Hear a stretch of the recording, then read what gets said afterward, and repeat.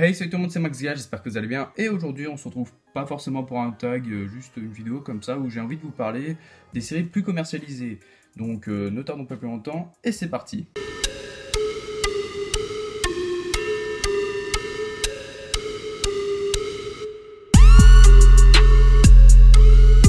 Avant toute chose, je vais parler de mon expérience personnelle et pas forcément celle des autres. C'est pas parce que je m'en fous, mais moi je vais parler de ce que j'ai vécu et pas forcément ce que les autres ont vécu.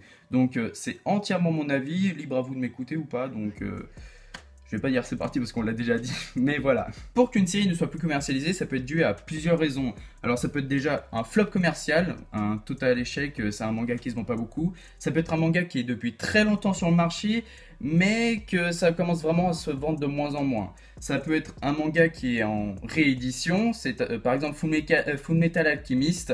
Il y a toujours le manga par volume qui est toujours édité et l'édition Deluxe. Mais par exemple, si je prends Love Hina, il y a d'abord une première édition qui n'existe plus, mais il y a la réédition. Ça peut être la perte des droits. Justement, une maison d'édition peut perdre les droits sur un manga. Et ça peut être aussi tout simplement la maison d'édition qui fait faillite. Alors là, je peux vous citer Bouquet de Manga par exemple. Sauf si Bouquet de Manga n'a pas fait faillite et que je dis encore n'importe quoi. La question que l'on pourrait se poser, c'est que tout collectionneur qui se respecte, c'est où trouver ses mangas. Enfin, après, c'est un de mes principaux intérêts. Je vais pas mettre tous les collectionneurs dans le même sac, mais moi, c'est ce que je recherche souvent quand je vais dans certains magasins. Déjà, avec Internet. Alors, Internet, c'est là où on cherche en général les séries. Et souvent, c'est cher.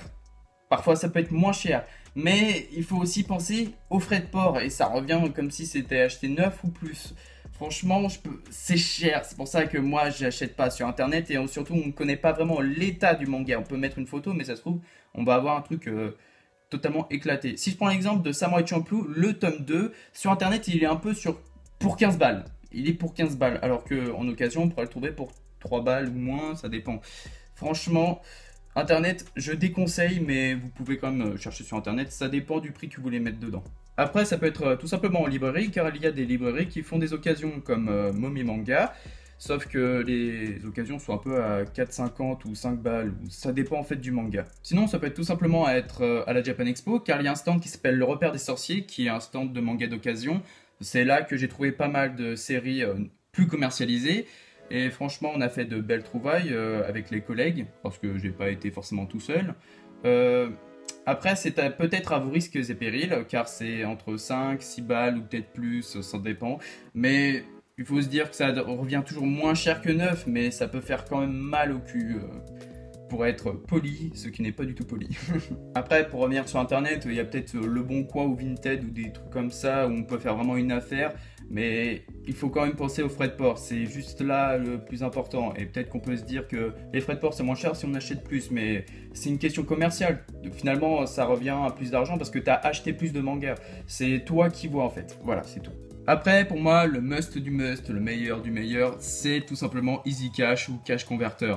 Car c'est l'endroit où tu peux voir les mangas dans l'état où ils sont réellement. C'est des prix totalement abordables. Bon, moi, c'est 3 € chaque fois. Mes potes, ils sont à 1 €, 50 centimes. Enfin, je me fais douiller. Mais après, les prix, ça dépend des régions où tu es.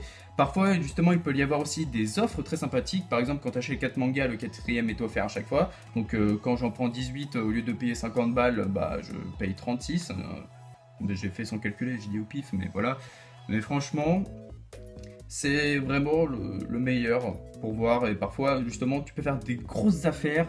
Alors, j'ai des exemples de potes, mais par exemple, si un manga vaut 15 balles, tu peux le trouver pour 50 centimes. Le mec se fait totalement douiller, car quand le mec vient vendre son manga, il touche 1 € ou 2, je sais pas, mais franchement, c'est le meilleur endroit pour trouver des trésors, des reliques, je sais pas, mais c'est le meilleur endroit, c'est ce que je vous recommande. Après, c'est mon expérience perso, peut-être qu'il y a meilleur, mais en tout cas, moi, je vous recommande ça. Après, l'intérêt des collectionneurs pour les séries plus commercialisées, ça peut être par exemple une maison d'édition qui n'existe plus vraiment. Par exemple, si je dis bouquet de manga, j'ai pu trouver des The Breaker ou des RS ou des je sais pas quoi. Sauf que ça peut être des flops. Alors, The Breaker, c'est complet, mais The Breaker New Waves, ça s'est arrêté au tome 9 alors qu'il y a 20 tomes. Donc, c'est pour ça que les rééditions de Meian, je dis merci. Et le RS, bah, j'ai pas pris parce que finalement il y a des box Meian, et si j'ai envie de commencer cette série, autant que je la fasse complète et pas forcément si elle est incomplète. En tout cas, je m'intéresse pas trop à ce genre de manga. Enfin, on verra. Et puis ça peut être aussi des collectors. Moi j'en ai trouvé un, c'est pour ça que je suis très content. Ça peut être pour une édition spéciale, un événement. Et puis ça peut être tout simplement le fait que ce soit plus commercialisé et ça donne de la valeur à un manga.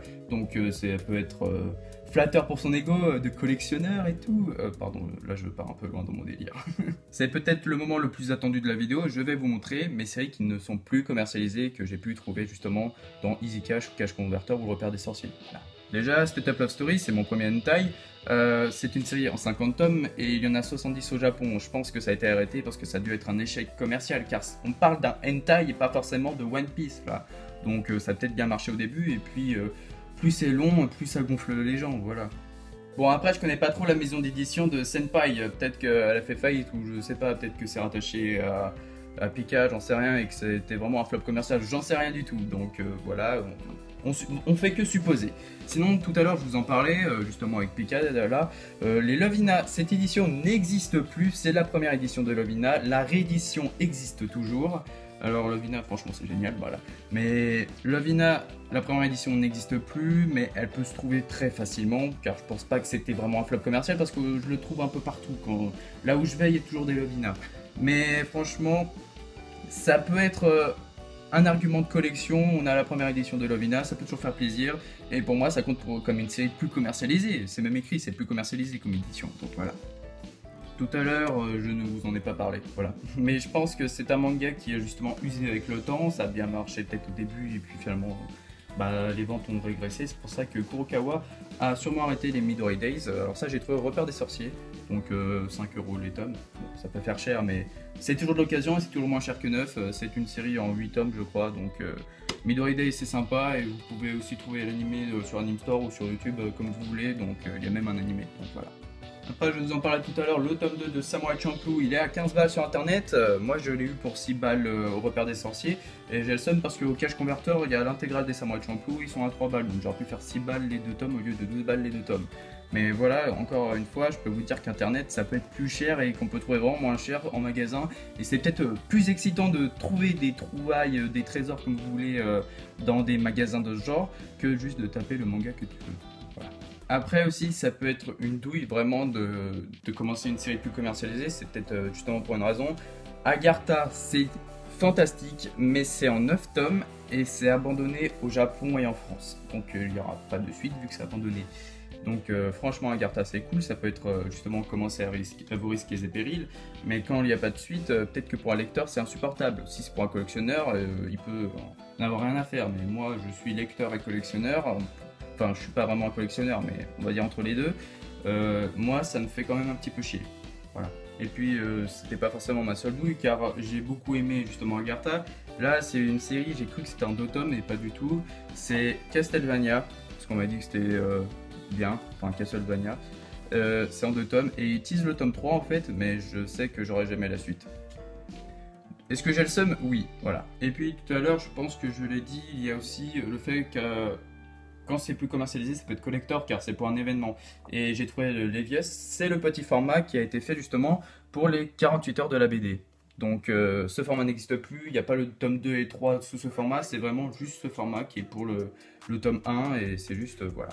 Bon, je crois que j'ai à peu près fait le tour justement des séries plus commercialisées, enfin de ce que je possède et de mon expérience. Je suis encore jeune, donc j'aurai peut-être plus d'expérience après, on verra. Franchement, j'espère que cette vidéo vous aura plu et vous aura au moins intéressé, car c'était le but que ce soit intéressant et pas forcément un truc pour rire juste comme ça, vous montrer des mangas. J'ai essayé de vous parler de mon expérience personnelle et peut-être vous faire intéresser à ce genre de séries qui ne sont plus commercialisées. Est-ce que moi j'en ai d'autres dans mon viseur, des séries plus commercialisées? Sûrement, oui, j'en ai quelques-unes, par exemple celle de Kujiseo Suzuka, je voudrais bien commencer, mais c'est plus commercialisé et le dernier tome est à 50 balles pour vous dire. Il y a des mangas qui ont beaucoup de valeur.